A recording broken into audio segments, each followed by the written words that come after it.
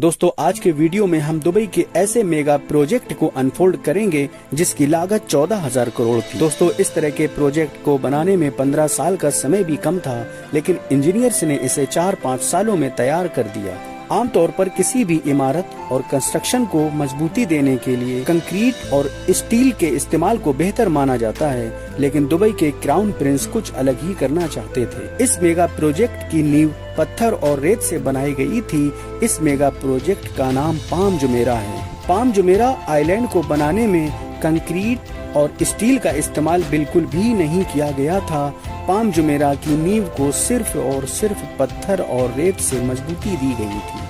Palm Jumeirah बनाने के लिए 55 लाख वर्ग मीटर पत्थर का इस्तेमाल किया गया था और 9 करोड़ 40 लाख घन मीटर रेत का इस्तेमाल भी किया गया था, जिसमें एक एक पत्थर का वजन 6 टन से भी ज्यादा था। पाम जुमेरा में इस्तेमाल होने वाले पत्थर और रेत की इतनी क्वांटिटी थी कि 2.5 मीटर लंबी दीवार पूरी दुनिया के बॉर्डर पर बनाई जा सकती थी और इतनी क्वांटिटी में इजिप्ट के 2 पिरामिड भी बनाए जा सकते थे। ये ऐसा प्रोजेक्ट था जिसकी निगरानी करने के लिए, प्रोजेक्ट की रूपरेखा जानने के लिए दुबई ने सैटेलाइट का इस्तेमाल किया था। 5 स्क्वायर किलोमीटर में फैले ये आइलैंड पूरी दुनिया में अपनी खूबसूरती का डंका बजाने जा रहा था।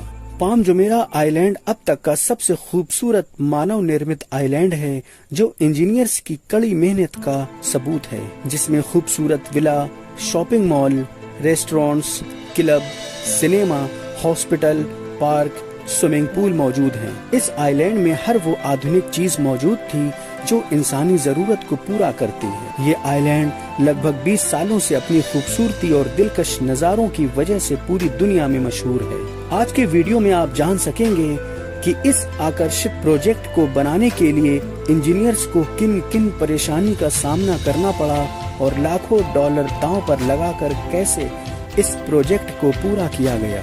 दोस्तों दुबई में तेल के व्यापार में मुश्किलें आने लगी थीं।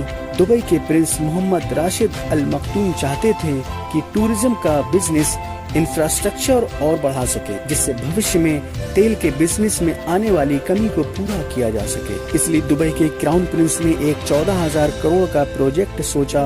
वो चाहते थे कि दुबई में 50 लाख टूरिस्ट के आंकड़े को 1.5 करोड़ कर दिया जाए, क्योंकि दुबई में सिर्फ और सिर्फ 50 लाख टूरिस्ट सरवाइव करने की ही कैपेसिटी थी। Challenge number 1।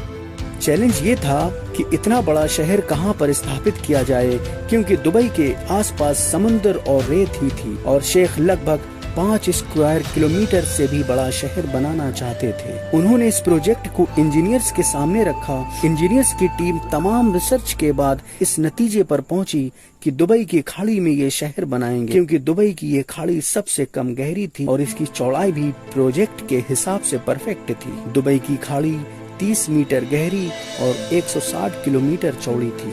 Challenge number 2। अब चैलेंज ये था कि किस डिजाइन में आइलैंड बनाया जाए। उस वक्त के क्राउन प्रिंस मोहम्मद राशिद अल मखदूम ने इस आइलैंड के डिजाइन का काम इंजीनियर्स को सौंपा, लेकिन इंजीनियर्स की बनाई हुई डिजाइन को शेख ने रिजेक्ट कर दिया, क्योंकि जैसी डिजाइन शेख बनवाना चाह रहे थे वैसी डिजाइन का मैप नहीं बन रहा था। अब शेख खुद डिजाइन पर काम करने लगे थे और उन्होंने पाम ट्री के जैसा आइलैंड का मैप डिजाइन किया। इस पाम ट्री शेप के डिजाइन को कंस्ट्रक्शन के लिए सैंक्शन कर दिया गया। अब सबसे अहम मुद्दा ये था कि किसी ने अभी तक इस तरह के कंस्ट्रक्शन को नहीं बनाया था। Challenge number 3। इंजीनियर्स की टीम इस मेगा प्रोजेक्ट की रिसर्च में लग गई कि किस तरह से मजबूत आइलैंड बनाया जाए कि बाद में इस आइलैंड के फाउंडेशन में बनने वाली बिल्डिंग्स, सिनेमाज, शॉपिंग मॉल और इंसानी जरूरत को पूरा करने वाली चीजों को मजबूत बनाया जाए। इंजीनियर्स का मानना ये था कि इस आइलैंड को बनाने के लिए कंक्रीट, सीमेंट और स्टील का प्रयोग अच्छा रहेगा, लेकिन दुबई के शेख कुछ और चाहते थे। वो चाहते थे कि आइलैंड को नेचुरल मटेरियल से बनाया जाए। शेख चाहते थे ये आइलैंड रेत और पत्थर से बनाया जाए। इस प्रोजेक्ट में इतने पत्थर और रेत इस्तेमाल होने थे कि पूरी दुनिया के बॉर्डर में 2.5 मीटर लंबी दीवार बन सकती थी। शेख की इस सोच ने इंजीनियर्स को मजीद मुश्किल में डाल दिया। शेख ने इस खास प्रोजेक्ट को बनाने के लिए दुनिया भर के माहिर तरीन इंजीनियर्स को शामिल किया। Challenge number 4। इंजीनियर्स को इस बात की फिक्र थी कि सर्दियों में आने वाले शमाल तूफान की लहरें आइलैंड को कहीं बर्बाद ना कर दें। ये बेलगाम लहरें तकरीबन 2 मीटर तक ऊपर उठती थीं, जो आइलैंड को भारी नुकसान पहुंचा सकती हैं। इस चैलेंज से निपटने के लिए इंजीनियर्स ने तमाम रिसर्च करने के बाद इस नतीजे पर पहुंचे कि इन लहरों से बचने के लिए उन्हें उन लहरों से 3 मीटर ऊंची दीवार बनानी होगी, जिसे आउटर वॉल या ब्रेक वाटर वॉल कहा जाता है। पाम जुमेरा आइलैंड को नुकसान से बचाने के लिए 2001 में आउटर वॉल या वाटर ब्रेक वॉल को बनाना शुरू कर दिया गया। इस आइलैंड के 2 पार्ट थे।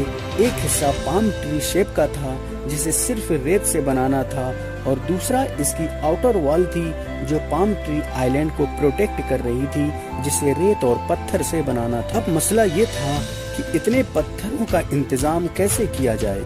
पत्थरों के इंतजाम के लिए UAE की कई लोकेशन पर पहाड़ों को डायनामाइट से ब्लास्ट करके पत्थरों का इंतजाम किया गया। एक अंदाजे के मुताबिक 55 लाख वर्ग मीटर पत्थर का इस्तेमाल होना था, और हर एक पत्थर का वजन 6 टन से भी ज्यादा, और हजारों लाखों पत्थरों को शिप में लोड करके कंस्ट्रक्शन लोकेशन पर पहुंचाया जाता था। चैलेंज नंबर 5, पाम जुमेरा को प्रोटेक्शन देने वाली कर्व्ड शेप की आउटर वॉल, जिसमें लगभग 99 लाख पत्थरों का यूज होना था। मसला ये था इन पत्थरों को सही पोजीशन पे रखना। अगर एक भी पत्थर सही से नहीं रखा गया तो आइलैंड कभी ना कभी बर्बाद हो सकता था। इस चैलेंज से निपटने के लिए डाइवर्स 30 मीटर नीचे पानी के अंदर जाते थे और चेक करके आउटर वॉल बनाने वाली टीम को ओके का सिग्नल देते थे। इन पत्थरों की कटाई छटाई ऐसे की जाती थी कि एक पत्थर दूसरे पत्थर को मजबूती से जकड़ सके। चैलेंज नंबर 6, अब पाम ट्री आइलैंड को बनाने के लिए 9 करोड़ 40 लाख घन मीटर रेत की जरूरत थी। चैलेंज ये था कि इतनी भारी मात्रा में रेत का इंतजाम कैसे किया जाए। आपके मन में ये ख्याल आया होगा कि दुबई में रेत की तो कोई कमी है नहीं। आपको बताते चलें कि दुबई की रेत इतनी महीन होती है जो पानी के साथ आसानी से मिक्स हो जाती है, जो इस काम के लिए रिजेक्ट थी। इंजीनियर्स को मोटे कणों वाली रेत की जरूरत थी, जो समुद्र के अंदर तल पर जमा हो सके। इंजीनियर्स मोटे कणों वाली रेत को खोजने में लग गए और कंस्ट्रक्शन साइट से लगभग 11 किलोमीटर दूर समुद्र की सतह में मोटे कणों वाली रेत मिली, जो इस आइलैंड की मजबूती के लिए परफेक्ट थी। समुद्र के तल से ड्रेजर के जरिए इस रेत को निकाला गया, जो रेत को सक करके अपने टैंक में भर लेता था। ड्रेजर की इतनी क्षमता थी कि 1 घंटे में 7 से 8,000 टन एक ही बार में सक कर लेता था, और कंस्ट्रक्शन साइट पर ड्रेजर के जरिए 10 मीटर प्रति सेकंड की स्पीड से रेत को समुद्र में स्प्रे कर दिया जाता था। आपको बताते चलें, इस स्पीड से सिर्फ और सिर्फ 4 सेकंड में पूरा ओलंपिक स्विमिंग पूल भरा जा सकता था। काम को जल्दी पूरा करने के लिए 1 नहीं 2 नहीं बल्कि 5 से ज्यादा ड्रेजर से काम लिया गया, जिससे शेख के दिए हुए टाइम पर प्रोजेक्ट को पूरा किया जा सके, और इस प्रोसेस को रेन बोइंग कहते हैं। Challenge number 7, palm tree island project का काम अपने जोरों पर था, लेकिन इंजीनियर्स के सामने चैलेंज ये था कि रेत को राइट पोजीशन पर कैसे गिराया जाए, क्योंकि पाम ट्री आइलैंड जो 5 किलोमीटर बड़ा था और उसके बीच एक लाइन तो सीधी थी, मगर बाकी ब्रांचेस कर्व्ड शेप में थी। इंजीनियर्स के इस डाउट को दूर करने के लिए सैटेलाइट का सहारा लिया गया, जो 606 किलोमीटर दूर स्पेस में मौजूद था। दूसरी बात, ड्रेजर्स का अंदाजे से रेत स्प्रे करना मुश्किल हो रहा था, क्योंकि आइलैंड का साइज इतना बड़ा था कि एक जगह से देखकर सही से पोजीशन का पता नहीं लगाया जा सकता था। आइलैंड में रेन बोइंग प्रक्रिया की सही स्थिति जानने के लिए दुबई ने 5 लोगों की टीम को सिलेक्ट किया, जो रोज आइलैंड के बॉर्डर पर चक्कर लगाते थे, और उनके हाथ में एक GPS रिसीवर होता था जो सैटेलाइट से कनेक्ट। GPS यूनिट का डाटा ड्रेजर्स तक पहुंचाया जाता था, और इस तरह ड्रेजर्स उसी पॉइंट पर रेत स्प्रे करता था जहां की लोकेशन GPS टेक्नोलॉजी के जरिए दी गई थी। चैलेंज नंबर 8, अब इंजीनियर्स को एक और चुनौती का सामना करना पड़ा। इस मेगा प्रोजेक्ट को 1,20,000 लोगों के लिए तैयार किया जा रहा था, और आइलैंड के ऊपर अभी हजारों बिल्डिंग्स बनानी बाकी थी। और चैलेंज ये था कि इस आइलैंड के फाउंडेशन को ठोस कैसे बनाया जा सके, जिससे कि ये आइलैंड शहर का बोझ उठा सके। इंजीनियर्स इस आइलैंड को चट्टान जैसा ठोस बनाने के लिए रिसर्च में लग गए और सोल्यूशन ये मिला कि इसके फाउंडेशन को 12 मीटर जमीन के अंदर से ठोस करना होगा।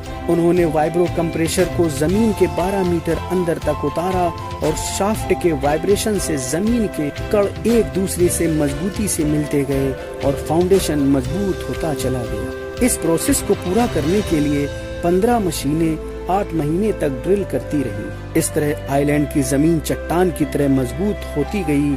आपको बताते चले, इस वाइब्रो कंप्रेसर मशीन से 2.5 लाख सुराख किए गए थे। चैलेंज नंबर 9, पाम जुमेरा और ब्रेक वाटर वॉल की टीम पूरी लगन से अपने अपने काम में लगी हुई थी।